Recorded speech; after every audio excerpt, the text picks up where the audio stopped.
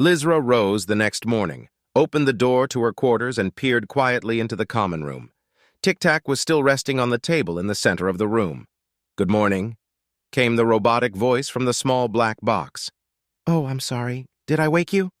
"Not at all, Captain Lizra. I don't need to sleep in the same sense that you do." So what did you do while we were asleep?" "I used your ship's network connections to see what the rest of the galaxy looked like. Your new homeworld is stunning, by the way.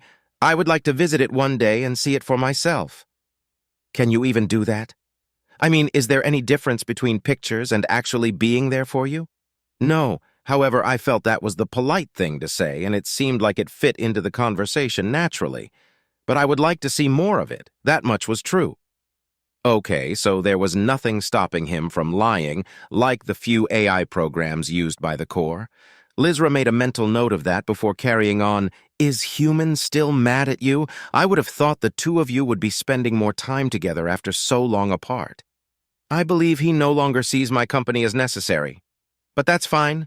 Let him be like that. I have limitless entertainment now that I have a connection to a greater network. If he wants to sit in the cargo hold and brood all day by himself, then that is his prerogative. I would say he can't keep it up forever, but knowing him, he very well could. I'd like to see you two make up. You said it yourself that you were his best friend. I'm sure you'd both be happier that way."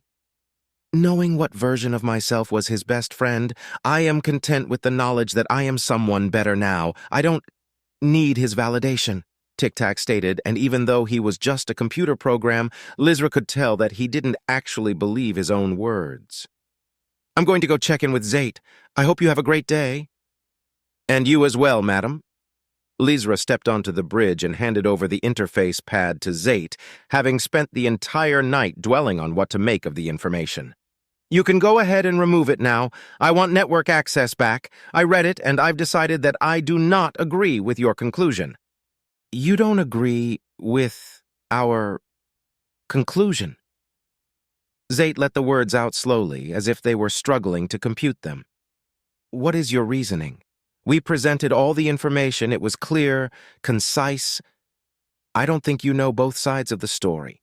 Yes, those things in the videos were the same as human, but from when I talked with Tic-Tac, you cannot trust the ramblings of a machine that has been inoperable for 1,000 years.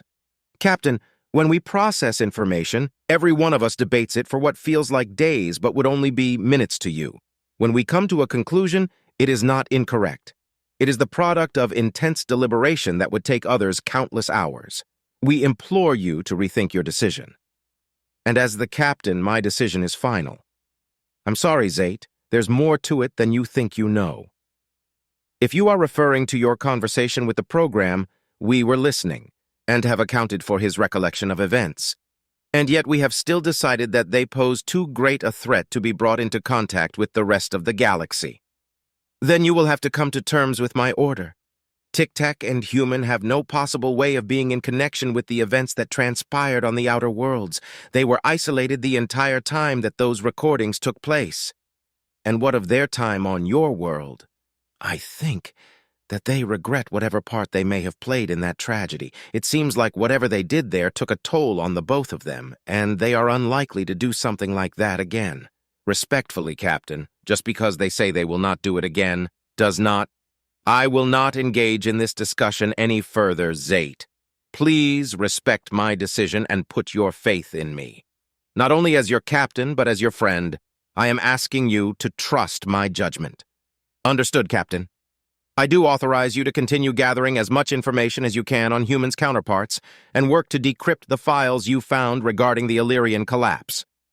We will see to it, Captain, Zate stated as they went back to work at the terminals. The scav continued its journey to the quarry system without any further complications. Upon reaching the system, Lizra ordered them to be set down in one of the larger cities on the far side of the planet. Once safely down, Argol and Human joined Lizra and Tic-Tac in the common room. Zate had elected to stay behind and keep an eye on the ship while the remainder of the crew went into town. Captain, would it not be better for us to have landed in Quaris? It is the shipping hub and capital after all. Don't worry, Lizra replied, glancing over a small list displayed on her interface pad. They should have everything we need here. and it'll be less crowded. She put the pad away and looked over her crew. All right, Argall, you have the shopping list now? You might not know what to look for exactly, and Tic Tac requested a few things to be added to the shopping list, so he'll be joining you on this. Captain, you can't be going out on your own. I won't be there to protect you if anything goes wrong. And on top of that, you're sending me out with the slip drive's cousin, he argued, gesturing down at the little black box on the table. And I do not wish to spend the day with someone who cannot tell a water purifier from a waste purifier, it quipped back. The two of you will have to get along, and you should use this as an opportunity to get to know one another better. It will do you some good to be productive for once rather than arguing. Human will accompany me for this day trip, and he can assure you of my safety throughout it. I will send updates every few hours.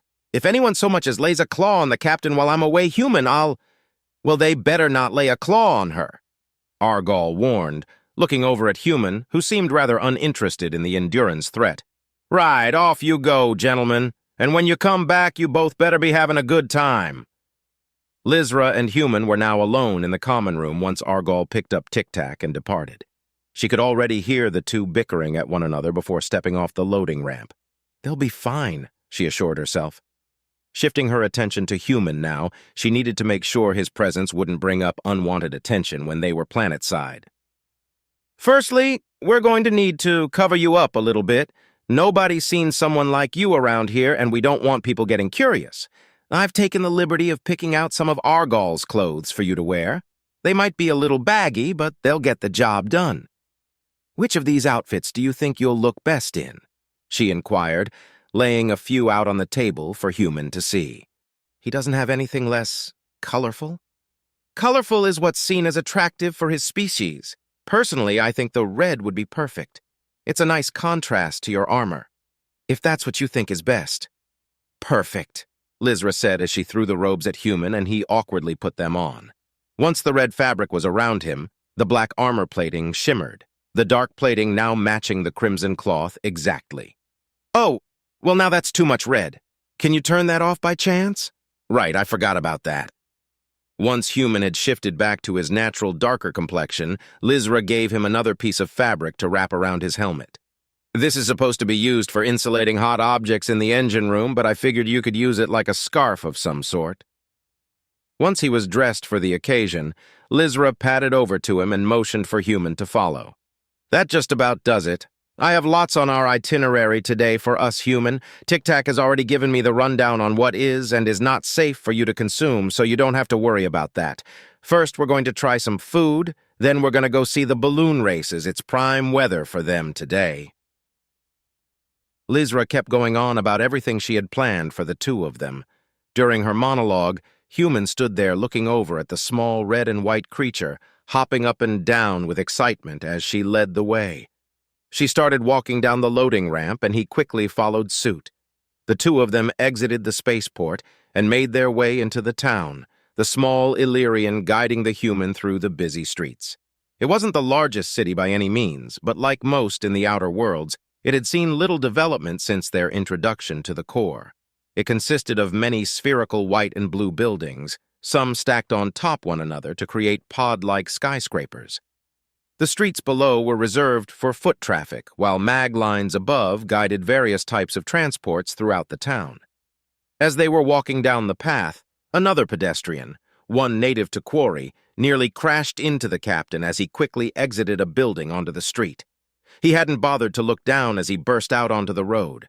Before he could make it any further, Human reached out, grabbing the innocent man by his long neck in a swift motion and lifted him off the ground. No, no, no! It was an accident! It's quite all right! It happens all the time! Lizra yelped, pleading with Human to let him go. The poor man was struggling, trying in vain to pry off the vice of a grip around his neck. If he went any further, he would have stepped on your tail. How is that an accident? Human growled, glaring at the man he had trapped in his hand. He didn't mean to! Please, you're hurting him! Human released his grip and the man dropped to the ground, gasping for air.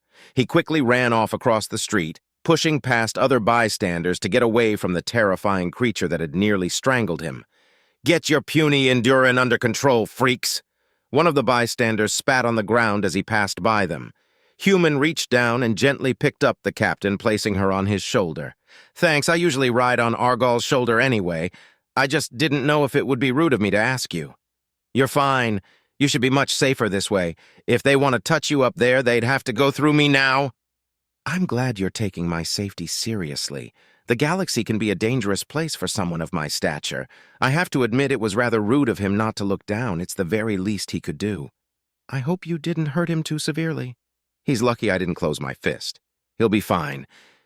Maybe some bruising. Thank goodness, I was really expecting you to take his head off the way you were glaring at him. Why? Because that's what I was made to do? No, of course not. Lizra apologized, leaning forward to look into Human's visor. I didn't mean it like that. I just meant you looked very angry when he almost hurt me. I know you're more than just some weapon. I like to think that too. The pair continued on their way, stepping into a large market on the outskirts of the city. Large vaulted ceilings and massive doors facilitated easy movement of people and merchandise. The pathways lined with different vendors offering a variety of produce from all across the quarry sector. Lizra pointed Human in the direction she wanted to go, and he followed her guidance until they came across a stall sporting various species of fish and sea-inspired cuisine.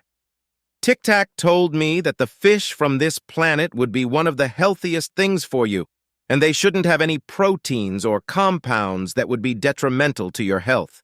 Thoughtful. So these things were alive once? Well, yes, but they aren't like you or me. They weren't capable of thinking or feeling anything other than the desire to eat, reproduce, and survive. So don't think that you'd be eating a creature like me. Lizra laughed as she hopped down from Human's shoulder and peered through the glass at the selection of fish. They prepare it a special way here on Quarry. It's always served ice-cold. They freeze little pieces with liquid nitrogen and then shatter it into even smaller crystals. Would you like to try some? Maybe when we're back on the ship.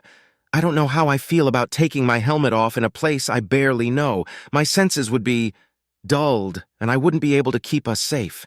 Quarry is completely safe. We're about as far from the core here as you can get. It's fine, I can wait. Okay, we'll get some to go then, but you better enjoy it when we get back.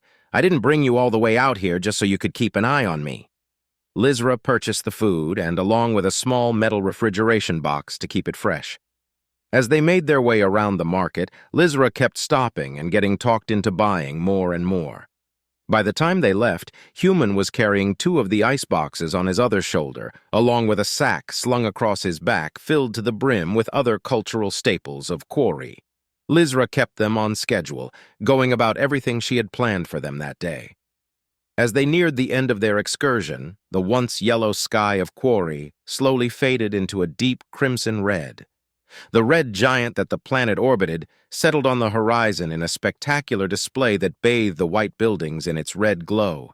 The shafts of light reflected off the windows at a precise angle that made the city appear to be glittering.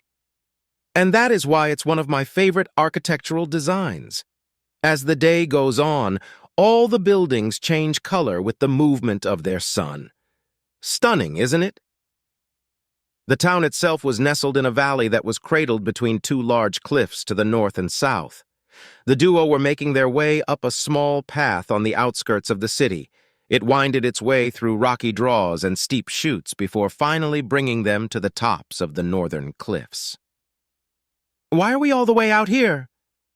Aren't the others going to be waiting for us at the ship by now? Human questioned. Don't worry, we're almost there. Keep it up. There's one last thing that I want to show you.